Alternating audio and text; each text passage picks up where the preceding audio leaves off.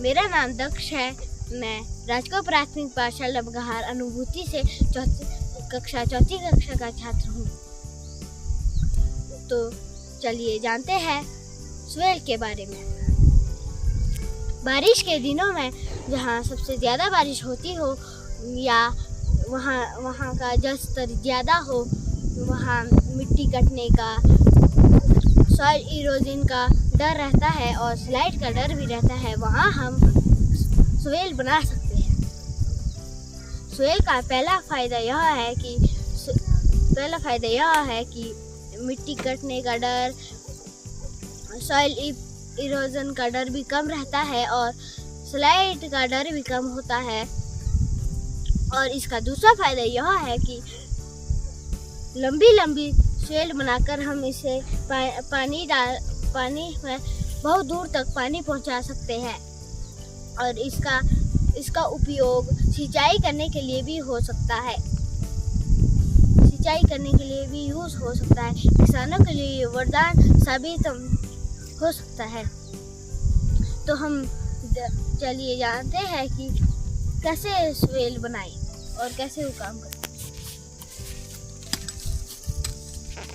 हम जब से ये नाली के तरह स्वेल कटेगी, जहाँ खेत होंगे उधर ही हमने यह काटना है। जैसे आप देख सकते हैं, हम जब उल्टी तरह के दिशा में यह काटेंगे तो पानी का स्तर ज़्यादा हो तो वह पानी खेतों में जा सकता है और आपकी फसल खराब हो सकती है। इसलिए हमें खेतों की तरफ ही यह स्वेल काटनी है।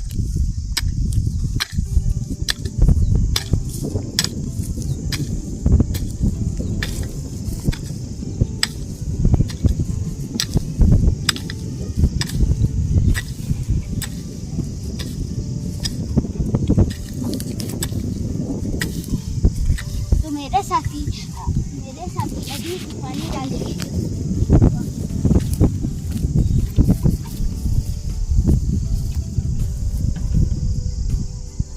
तो ये पानी देख सकते हैं आप, ये पानी खेतों में नहीं जाएगा, सीधा ही नाली में। जब यह पानी हम ऐसी बारिश में डाल देंगे तो वह वेस्ट भी होगी और इसमें ग्राउंड में ये चले जाएगा और इससे हमारे को मिट्टी कटने का भी डर होता है और जो मिट्टी के ऊपर उपजाऊ जमीन होती है वह टूटकर पानी के साथ बह सकती है। धन्यवाद। अच्छा दक्ष, ये जो आपने स्वेल बनाई है ना, ये जो आपने स्वेल बनाई है, ये जो आपने स्वेल बनाई है, आपने इसमें कुछ एक बातों का ध्यान रखने के लिए कहा है ना। जैसे आपने कहा कि जिस तरफ खेत का ढलान होगा हम क्या करेंगे, इसको उस तरफ बनाएंगे। हम किस तरफ काटेंगे इसको? जहाँ खेत होगा। अच्छा, उस तरफ काटेंगे। जैसे आपने जब स्वेल बनाई तो इससे जो खोद के मिट्टी निकली वो आपने एक तरफ की, ठीक है। जैसे ये हमारा खेत है दक्ष, यहाँ पर ये काफी लंबा खेत है। यदि हम इस पूरे खेत में ये स्वेल्स बनाना चाहें तो क्या पॉसिबल है? अच्छा, तो इससे क्या होगा? हमारे खेतों का नुकसान भी नहीं होगा और उपजाऊ जमीन टूटेगी भी, जो हमने अनाज उगाया है वो भी नहीं खराब होगा। जो पानी है वो स्वेल्स के माध्यम से खेतों में सिंचाई करेगा, है ना, सिंचाई करेगा, उसमें उपयोग होगा। ठीक है, तो आप अपने घर में जो आपके घर पर भी खेत हैं आपके, आप जाते हो उन खेतों में, तो वहां पर ऐसी स्वेल्स बनाई हैं आपने? देखी हैं आपने किस तरह से बनती हैं? उसका फायदा आप भी देखते हो अपने घर में होता है आपको कि नहीं? ठीक है, तो ये किसानों को इस तरह की स्वेल्स का निर्माण अपने खेतों में जरूर करना चाहिए। क्या संदेश देंगे आप किसानों को, क्या कहना चाहोगे? ऐसी तरह की स्वेल्स बनाए और अपने खेतों को बचाए पानी से, ताकि सिंचाई भी अच्छे से हो और खेत भी अच्छे से। हाँ, बहुत अच्छा।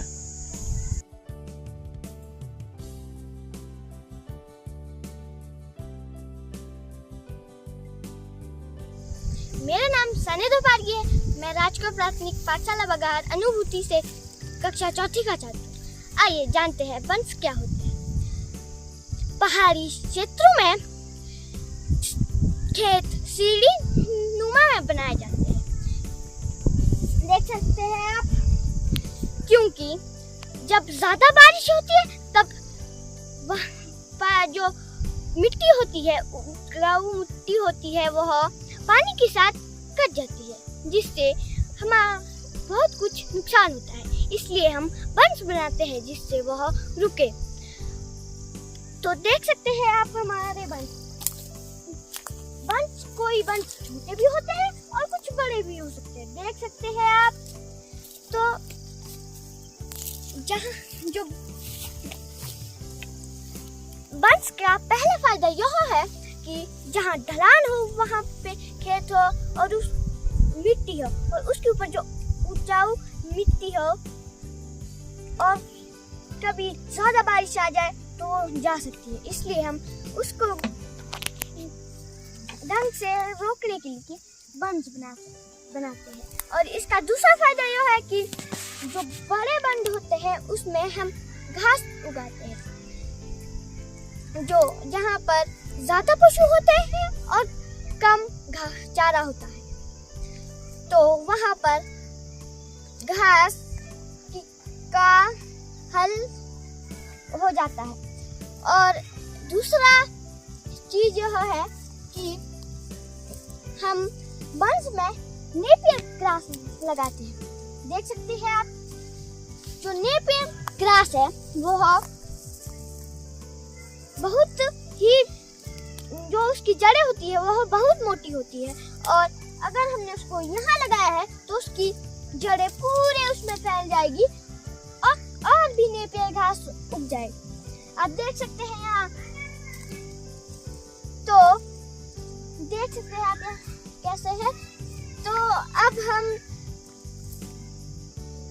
खोद के बताते हैं कि बन कैसे।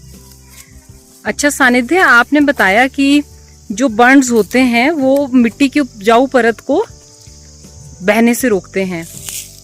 यहाँ पर किस तरह के बर्न्स बताए हैं आपने? छोटे बड़े। ये नीचे छोटे वाला बर्न है और ऊपर बड़े वाला बर्न्स। तो जब बारिश होती है तो इसका मतलब ये मिट्टी को रोक लेता है। अच्छा, अभी आप क्या करने वाले हो? आप बर्न्स बना के बताने वाले हो कैसे बनते हैं, ठीक है। सबसे पहले किस तरह की जगह चाहिए होगी सानिध्य? ढलानदार, ठीक है। तो सबसे पहले हमने खोदना है, गहरा खोदना, ठीक है।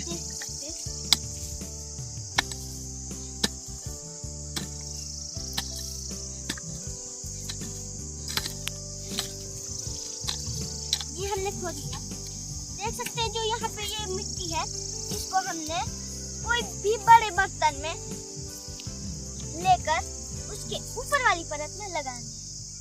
अच्छा, जो बंड का जो टॉप वाला सिरा होगा वहां रखोगे इसको, ठीक है।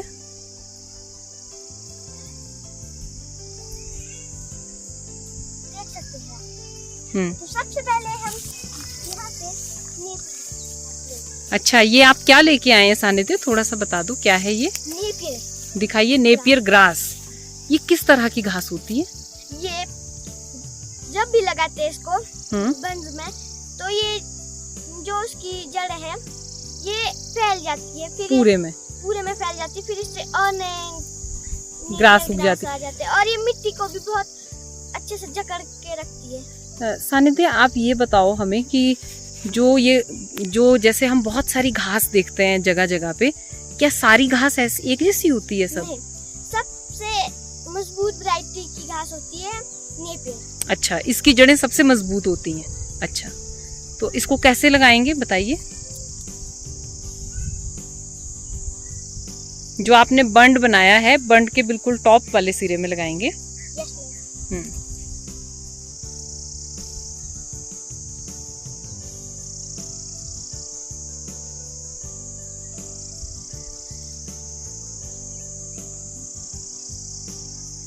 सानिध्य, ये जो आपने जैसे बंड है, ये आपने बहुत छोटा बंड बनाया है, तो यदि किसी को बड़ा बनाना हो तो कैसा भी बना सकता है?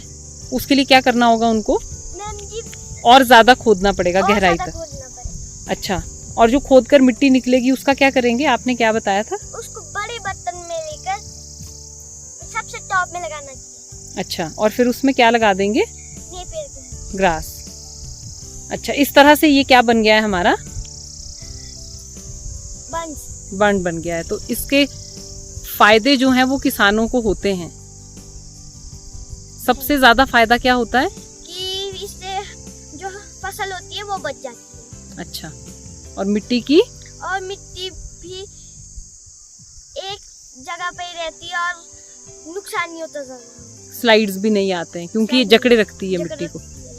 आपके जो घर पर खेत हैं, क्या वहाँ भी बंड्स बनाए हैं आपने? Yes ma'am. आपके खेतों में है ऐसे? Yes ma'am. ठीक है, तो आप देखते हैं वहाँ पर कि मिट्टी को वो रोक के रखा है उसने, वो उपजाऊ परत को नहीं कटने दे रहा है। Yes ma'am. तो आपको लगता है इसका फायदा है किसानों के लिए? Yes ma'am. तो ये बनाए जाने चाहिए। Yes ma'am. बहुत अच्छा, बहुत ही अच्छा।